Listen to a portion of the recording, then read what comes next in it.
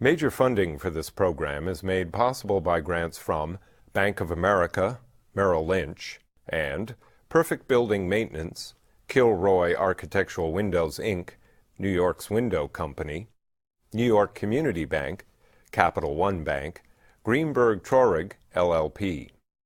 Additional funding is provided by grants from Akron Gold Brothers, LLC, Briarwood Organization, Beechwood Organization, C.B. Richard Ellis, Cushman and Wakefield, Dime Savings Bank of Williamsburg, Hal Fettner, Durst Fettner Residential, First American Title Insurance Company of New York, Friedman, LLP, Gemini Real Estate Advisors, LLC, Jack Jaffa and Associates Real Estate Consultants, James D. Kuhn Real Estate Institute at Syracuse University, Madison Realty Capital, Massey Knackel Realty Services, Meridian Capital Group, M&T Bank, Muss Development, LLC, Des Moines Group, Newmark Knight Frank, Orphanides and Associates, SJP Properties, Sterling and Sterling, Stonehenge Partners, Urban American, W Financial Mortgage Fund, the Wickoff Group.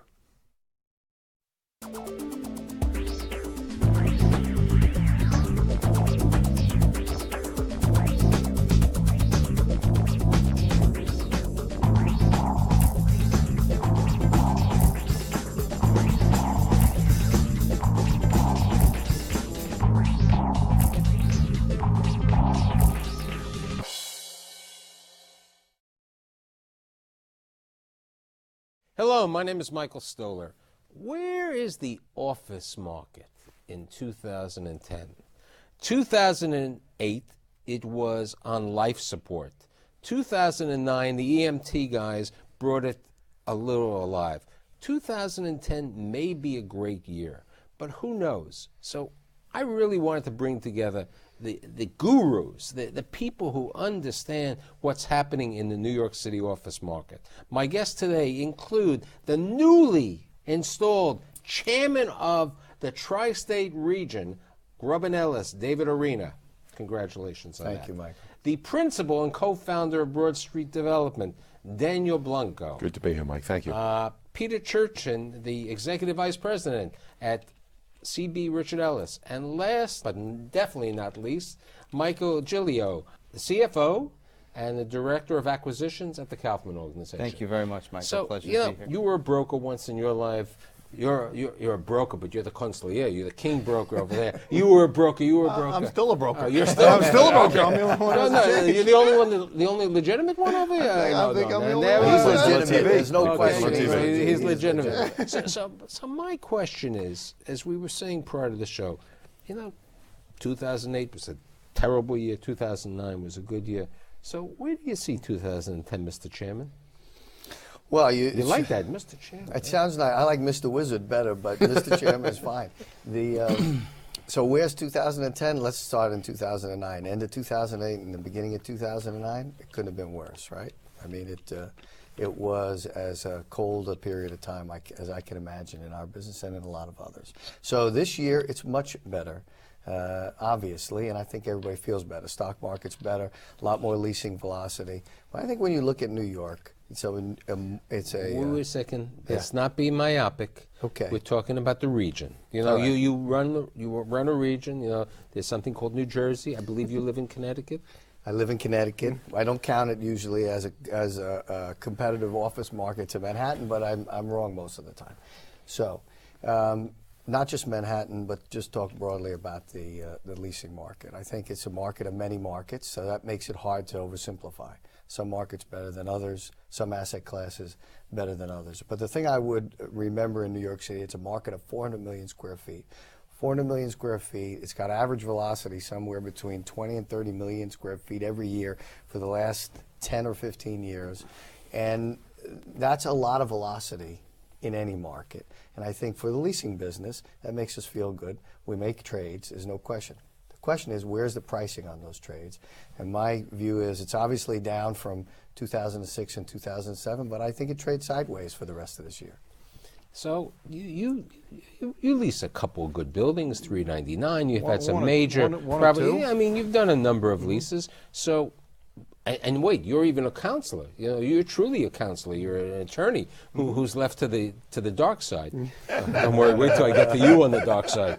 So, where do you see the year? I mean, you've had a good year at leasing because you've had some tenants. Where do you see 2010? You know, I agree a lot with David, is that, you know, we really had a fiscal bad year. And the fiscal bad year was middle '08 to middle '09, because the beginning of '08 was actually a good year in activity. And what happened was the end of '08 was terrible. The beginning of '09 was terrible activity. I mean, if you took the fiscal year was terrible. So we've had, as a result, two very mediocre years because they averaged out. You know, but the last couple of months, we have seen a lot of activity. And I think the reason for a lot of activity, and we talk about it, is pricing adjusted very, very quickly in this marketplace. So we saw spaces that are priced and repriced down, and the metrics will change by how much. But the pricing is coming down 30, 35%, you know, 40%. You know, unfortunately, too many people in the press, when they write, since they aren't in the real estate business like we are, who understand what's going on, how much are prices really down? From bid to ask, with effective rents, you know, with 3 months concession. You're a landlord. You know, your buildings, Kaufman has been a great organization. They own properties for many years. I mean, even in your buildings, how much are rents down? On an average, I would probably say somewhere in the 15 to 20% range, maybe some as high as 25 on rentals, running in your from building. maybe from some of the high 30s to maybe some of the mid to low 30s at this point. So whatever that range is. But I just want to qualify it. I was never a salesperson or a broker. No, I understand. And being a financial person, I'm always involved with the metrics of the business. So to answer your so question you're the one clearly, who really knows. You count answer the your question pennies. clearly, when I look at 1099s for this year versus last year, or I look at volume of our leasing company this year versus last year, I look at volume that's down on a relatively by about a third. And that was off of the 2008 year, 2009 comparison. But what I think that I can't answer is from their side, what I think that they're seeing a lot of the ripple effect of two things. Number one, unemployment. Number two, the fact that the banks can't shake loose the assets that are on their balance sheet because of all the difficult aspects of putting everything together in the legal sense of how we resolve this property. Like the resolution of these properties is only about 1/6 of the way through where it's going to be. So 2010, I think, is another transition year. And so I agree with you, David, where you said the market goes sideways. And I'm not sure how long that sideways lasts for, but I can tell you this. To the extent David and I had this discussion earlier where the values of these properties turned 5 caps into almost 9 caps, or 4 caps into 9 caps, you're dealing with half Let's play non-inside baseball. You remember, a lot of people watch the show. The idea is how much, you know, and I tell I tell the story of a building like, I think a good example is 1515 Broadway, where they just refinanced. They had to put $150 million in equity in the deal. If you divide that by the loan to value, basically the value of the building is $380 a square foot. You got signage, you got retail, you have everything. 2 years ago, that building was worth $850 to $900 a foot. So I'm down maybe 40 to 50% in value. That's what the reduction is. Keep it simple. You know, now you were on the dark side. Mm-hmm. You were like Mr. Turchin, okay, and Mr. Arena, and then you became an owner. You became a big shot owner. So as an owner, tell us, where do you see the market? And then you're in my favorite place. You're in Lower Manhattan. Thanks. Well, first, Mike, thanks for having me back. My pleasure. And going from the dark side, I'm incredibly fortunate to be able to go from where I was, which was the light, to maybe a little brighter light. But it's guys like these that drive the marketplace. And if you hear the metrics that are being created, it's an adjustment of philosophy and adjustment of execution. No longer can you do $100, $150 deals. Anybody who's doing those deals at those levels is not leasing. In our portfolio downtown, when we saw the tide changing, we quickly dropped our rents 20%, because the reality of it is it's back to basics in this economy, isn't it? It's about tenant service. It's about executing your business plan, meeting your tenants' needs. So in the microcosm that is New York, New Jersey, Connecticut, if you apply these axioms, just along every business line you have, you're going to do great. But to the point of valuation, I recall, as a student of real estate, the Resolution Trust Corp, where literally there were millions and millions of feet in bankruptcy. The resolution was set up so that landlords could inculcate value, get assets out of the resolution. In this instance, as you know, the securitization is so complex and so diverse, but that by the time you unravel that puzzle, you're left with just pieces and you can't put Humpty Dumpty back together again. So until such time as the services have to compel themselves to do something, then you'll see some of the transactional work. But in the interim, you're dealing with leases that I agree are 20 or 30% differences. Let's take a reality of situation. January 2010, a building at 4 New York Plaza, a 41-year-old B-plus building, good building, nice structure, on the water, in downtown Manhattan, trades for $97 a square foot. Right. So if we want to take comparables, if we go back to 2006, 2007, you take 14 Wall, which sells for about $380 a square foot. That's right. 26 Broadway, which sold not for a land lease for about $370 a square foot. We're down to $97. The land. You couldn't buy land before for $97 a square foot. That means where's the needle today, right? Where's the needle today? Right, where's the needle today? And if they didn't have a J.P. Morgan lease, they probably couldn't have even sold the building for that price. So what you're saying basically, unless there was a credit enhancement of a quality tenant like that, that transaction wouldn't have been consummated. The needle wouldn't have moved. So on a valuation perspective, cap rates have moved at least 200 to 300 basis points. 5 cap, 4 caps, even on value added. Now, I will say, however, that I guess the good news is if you look at the most recent transaction was UBS, right? When that position was sold, I mean, what were the metrics on that? Does anybody? The property on UBS, it sold for $625 a square foot. But you know what? You're not taking apples to oranges. No, but you're taking Park Avenue, right. a prime property No on question. Park Avenue in Midtown. No question. Where But you people know, want to the be point I'm trying to make with a tenant of Right. UBS for 8 years. But here's the metrics. rent. Right. The metrics there that has to be respected and honored is that a transaction occurred, velocity occurred, something occurred. So to the point that there is opportunity, they are there. That's all, you know what, pros and cons. I don't want to get to the discussion of that, but there was mortgage in place, and as Peter said, there was a great. Both were credit. My point is both were credit enhancement deals. Yeah. Well, let me say Sure. something about downtown Manhattan. To me, it's like a tale of two cities, right? There's the east side and the west side. And first of all, that trade I think ends up being a double for Harbor.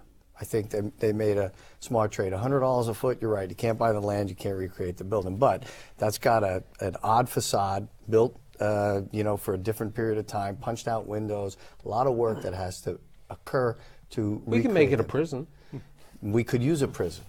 That's not a bad idea, an adaptive reuse. But that side of town, I think, is suffering right now. But you bring up a good thing. You got 2 buildings downtown. They are B+, A- Absolutely. buildings. They're good buildings. They're not AA on Battery Park City. But we have a circumstance that, you have buildings, a number of buildings we call Fashion Center, Garment Center, you call them Penn Plaza, whatever we want to call that area. But in Times Square, some would call it Times Square South in the previous show. So if I'm a tenant, you're talking 2 cities. Is it a great time for a tenant?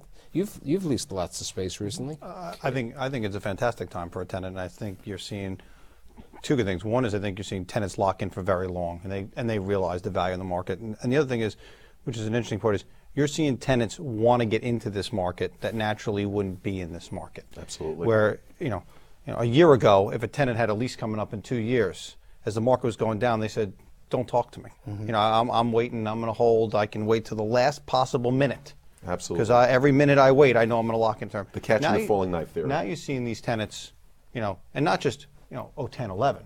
You're seeing 012, 013, 014, talking to their brokers and say, "How do I get into this market, and how do I become a part of this market? Because I know it's a good market." Which is good for people like you and you, great. because people are saying, "Let me seize the opportunity and get a good lease. Now, what we were saying also before is that a tenant and a good broker, that the guys like you are only bringing your tenants to well-capitalized owners, because you want to make sure that the building is not going to be taken over by the bank.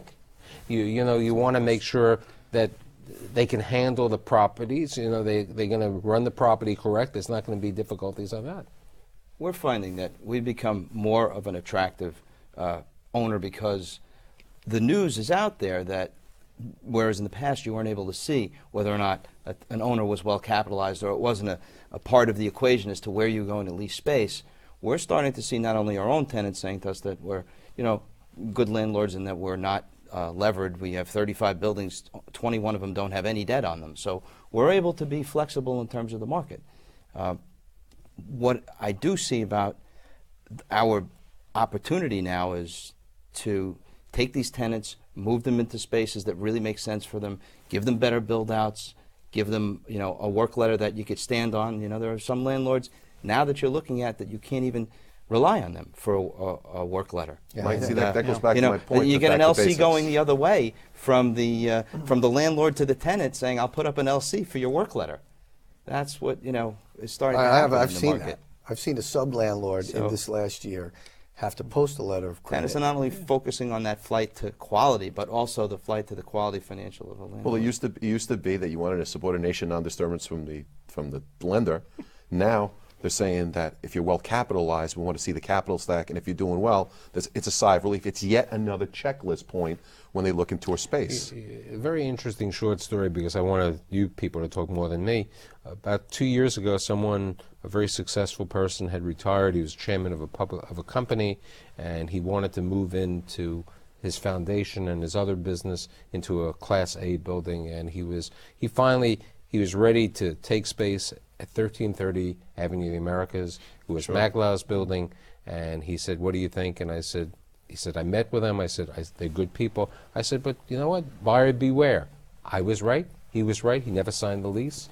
And because, and the building was finished, but it might have not been finished depending on who the borrower is. New Jersey, Connecticut, what do you see happening? Well, there's activity. I think it's just like New York City. There's activity. There's velocity. As markets are big enough. It happens when the prices get to the right zone, and I think what Peter said before, they're in the right zone. It's a great time for tenants, the best time in my lifetime maybe for tenants to make deals. I think Jersey and Connecticut and outside of Manhattan offer something to tenants that maybe Manhattan doesn't. Access to a different labor pool, a little lower real estate costs, so still attractive. Probably will be used more and more as a stalking horse for tenants who are looking for public incentive packages here in New York City. Good point. And to Michael? support your point, some of the metrics that are this new RR, this recovery rate ratio that the banks are looking at, which would basically say, I loaned you $100 million. My recovery rate for a suburban building is better than almost any of the other buildings. In other words, you'll get more cents on the dollar on that loan when the bank goes to sell that loan to an independent third party.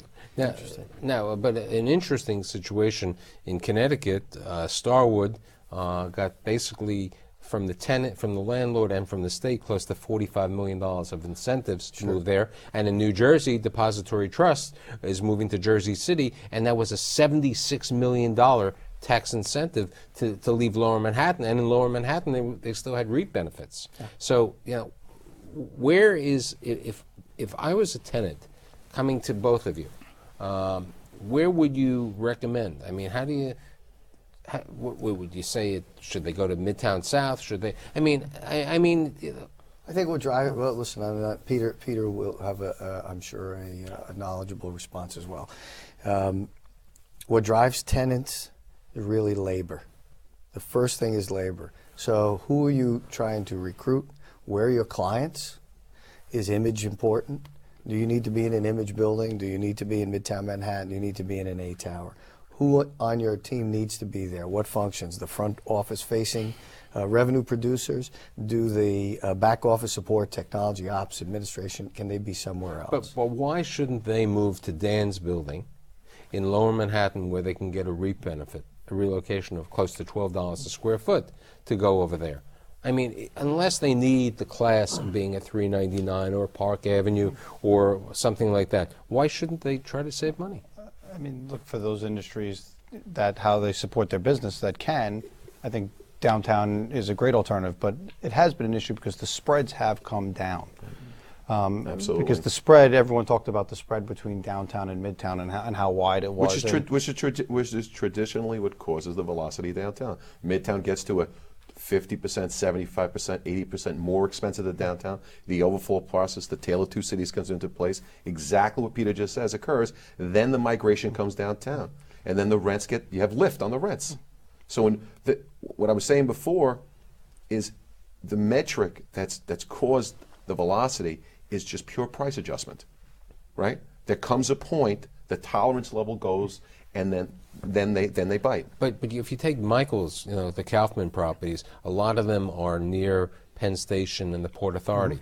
That's a very attractive thing, having the opportunity. The hub of transportation is critical to some tenants. Absolutely. And that is a consideration, especially when you get the chairman of the board who decides he lives on the west side, and he wants to commute to the west side, and he wants it to be 10 minutes. Or he lives in Saddlebrook. And he's going to and make the wants- ultimate exactly. decision on the space for Transportation, Paragon or whatever company more it is. and more, transportation is going to become the big issue. So clustered around transportation hubs, on subway lines. But the interesting situation, I think I read in one of the research studies that just came out, is that Grand Central had the lowest. They didn't do that well in leasing in the fourth quarter, the Grand Central market.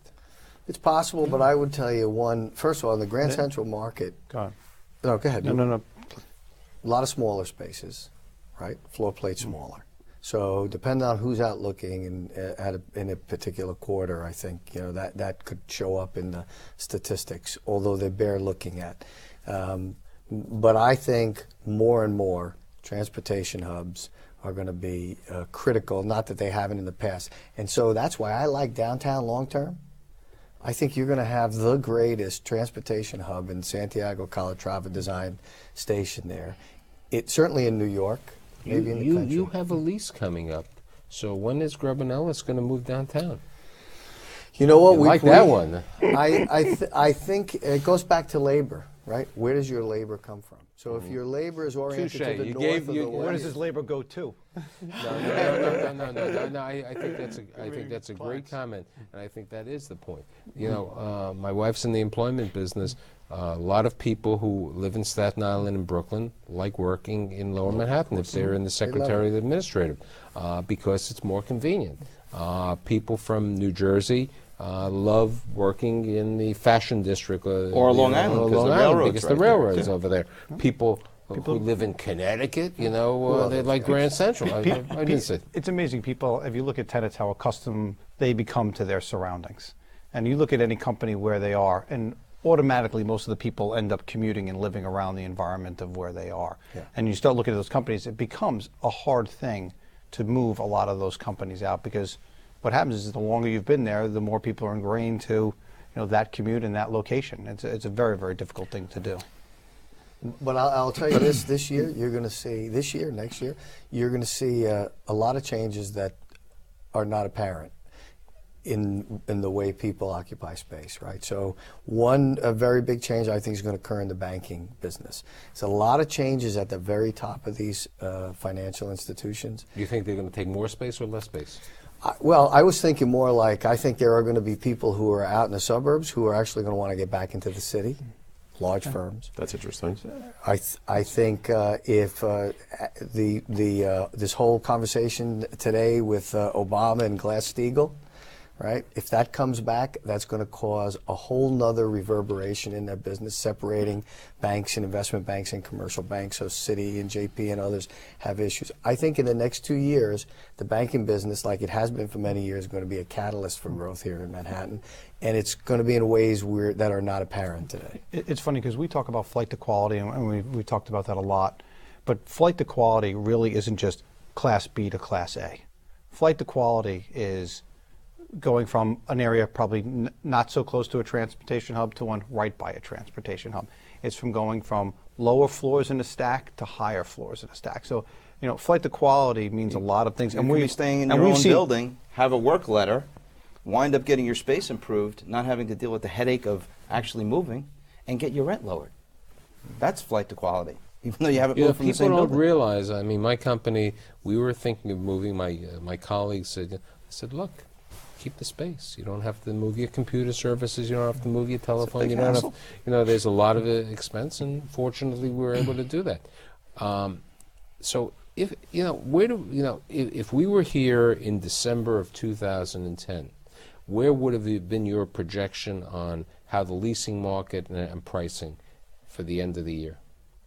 No, I know the apples are over there, so I don't have my crystal ball over here. The leasing market and pricing, as far as leasing goes, these gentlemen could certainly tell you better.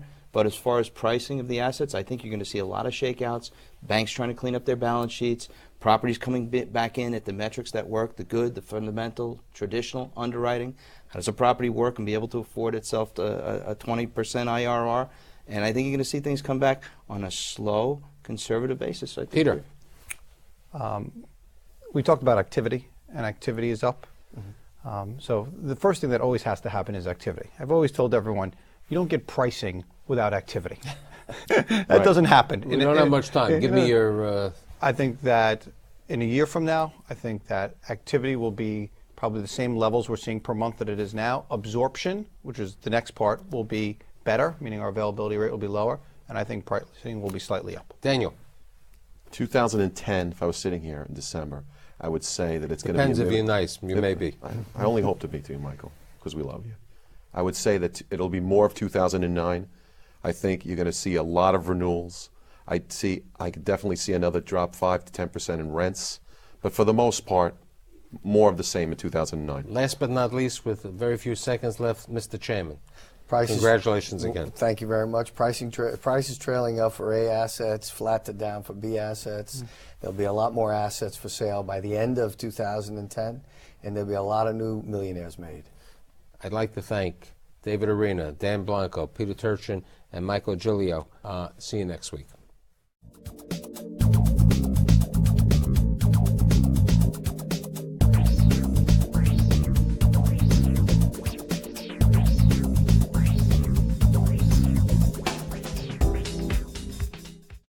Major funding for this program is made possible by grants from Bank of America, Merrill Lynch, and Perfect Building Maintenance, Kilroy Architectural Windows, Inc., New York's Window Company, New York Community Bank, Capital One Bank, Greenberg Traurig, LLP.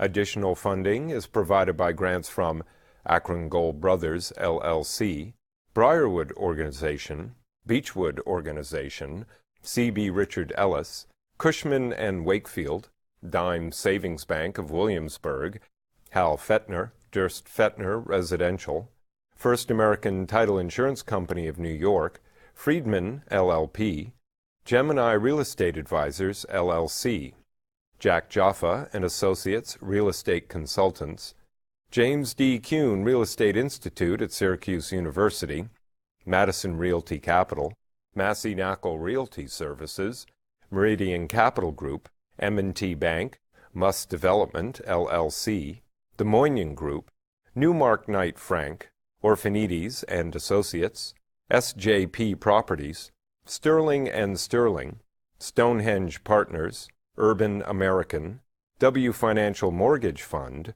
the Wickoff Group.